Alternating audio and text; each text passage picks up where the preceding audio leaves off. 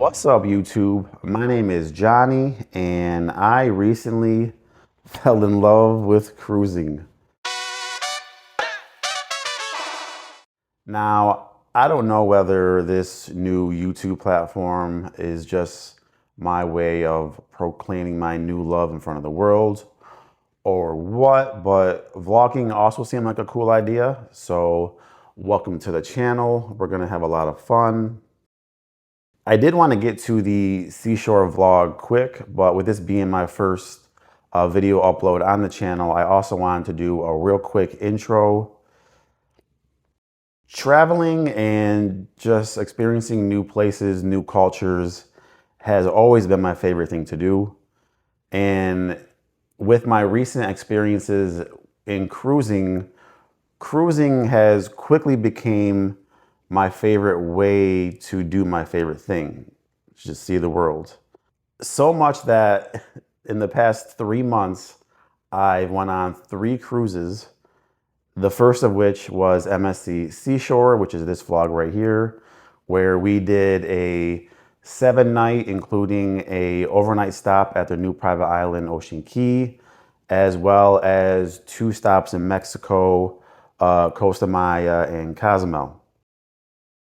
Now, before we get to this seashore vlog, I also wanted to say that this was my first attempt at vlogging anything. I've never been a camera guy, not even in front of it, let alone behind it. So there was a lot of equipment operational issues. There was a lot of mic audio issues. There was a lot of just me being distracted, getting used to vlogging, and forgetting to pick up the camera and record issues, which is why I have kind of, after the fact, recording these commentary videos just to kind of piece together the recordings I did on the ship, because I just felt like they didn't have enough commentary or narration to make it feel like a vlog. I will say, since Seashore, I have done 2 other cruises with 2 other cruise lines, and those vlogs were shot in a much more traditional vlog style format. But before we get to those, let's get to MSC Seashore right now.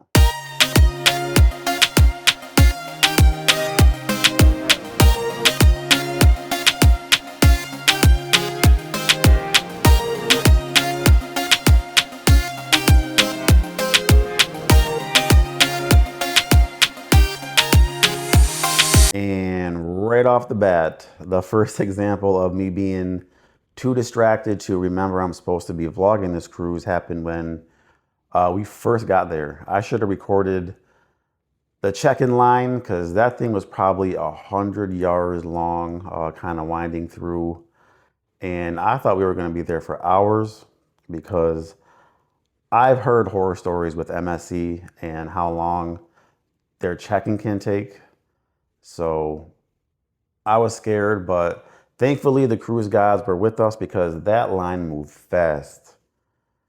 When we were first pulling up recording the cruise ship, that's time stamped at 1 o'clock.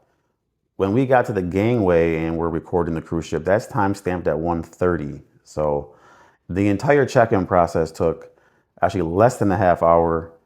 And that was with them having to retake our pictures, which took a few minutes, because I guess the ones we took pre-cruise wasn't good enough. So I was very thankful for that. And then just finally getting up the gangway, I was just taken back on how big and beautiful the seashore is. Just for a little bit of a history on me, I've only done 2 ships before this. The Norwegian Pearl, like 15 years ago when I was a teenager. And then just last year, I did Royal's Independence of the Seas. But Seashore is just a different animal.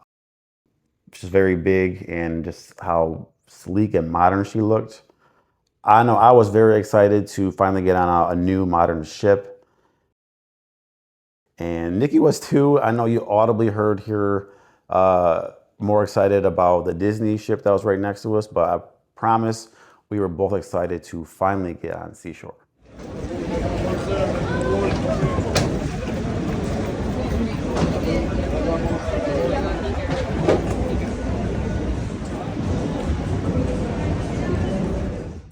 After getting on the ship, the first thing that we tried to do was make a beeline right to the room. That's what I always try and do because I always carry my bags on and off the ship. But just something a little bit different with MSC is they were actually encouraging people to go to the rooms first, which is a little bit different. Normally, they'll have you wait either like an hour or 3 until all the rooms are clean, and then you can go.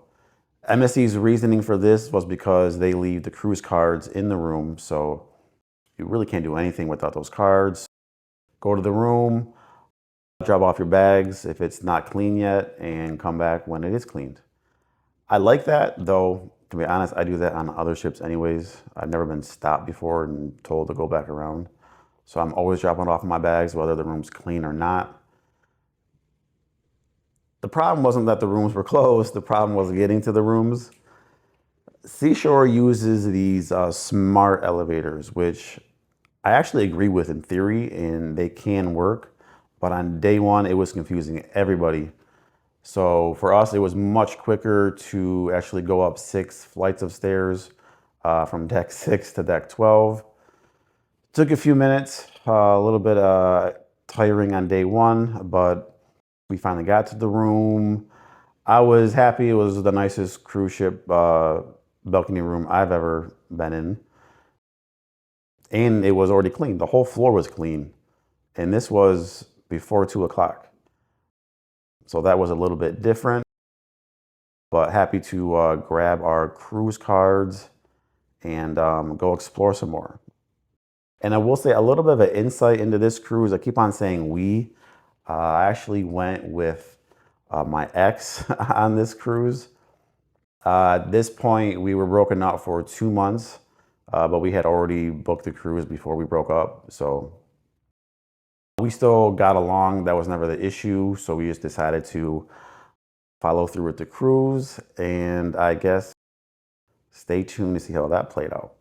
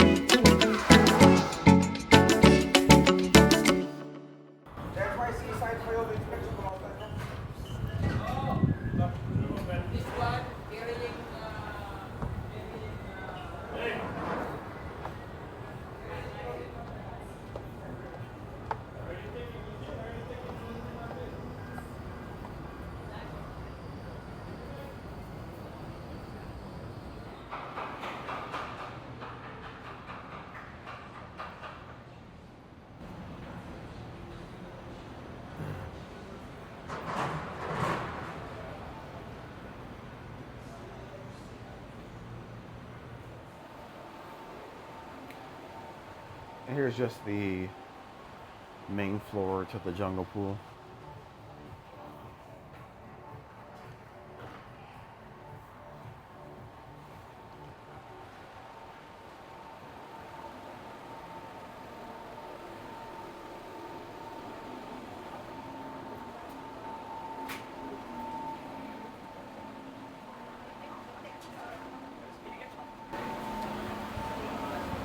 We got sucked into the yacht club area for a second there.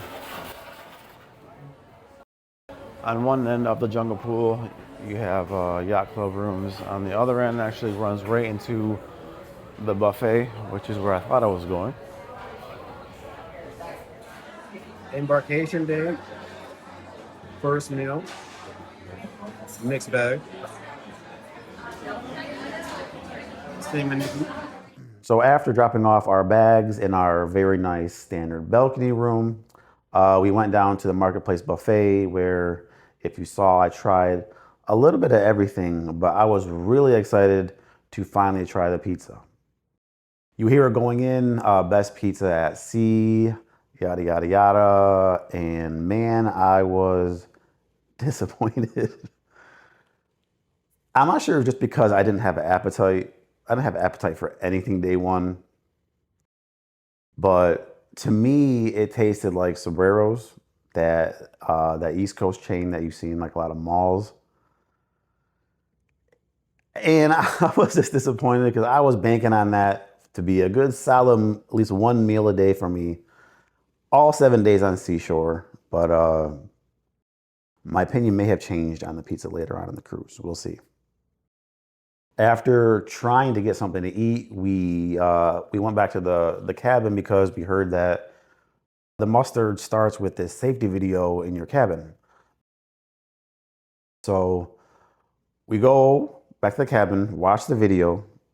After the video, you're supposed to make a phone call on your cabin phone to some kind of like inside MSC number.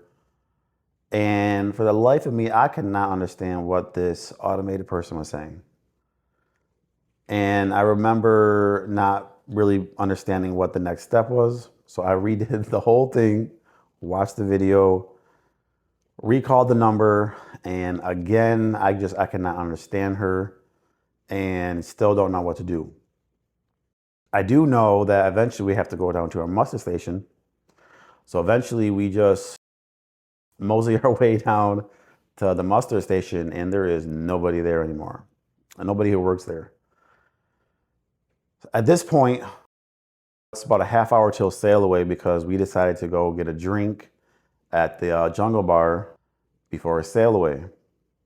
By the way, Jungle Bar is probably my favorite little place to get a drink on Seashore. It can get a little humid in there, but it's a nice atmosphere. But after failing the mustard completely, we decided to go enjoy sail away and deal with our problems afterwards.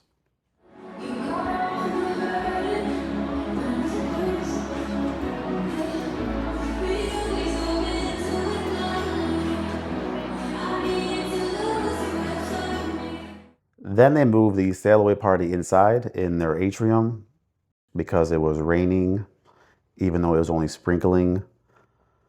And I say that snarly just because it was a common theme throughout the whole cruise, where it would start raining or sprinkling, and then they would postpone or cancel something just for it to clear up like right afterwards.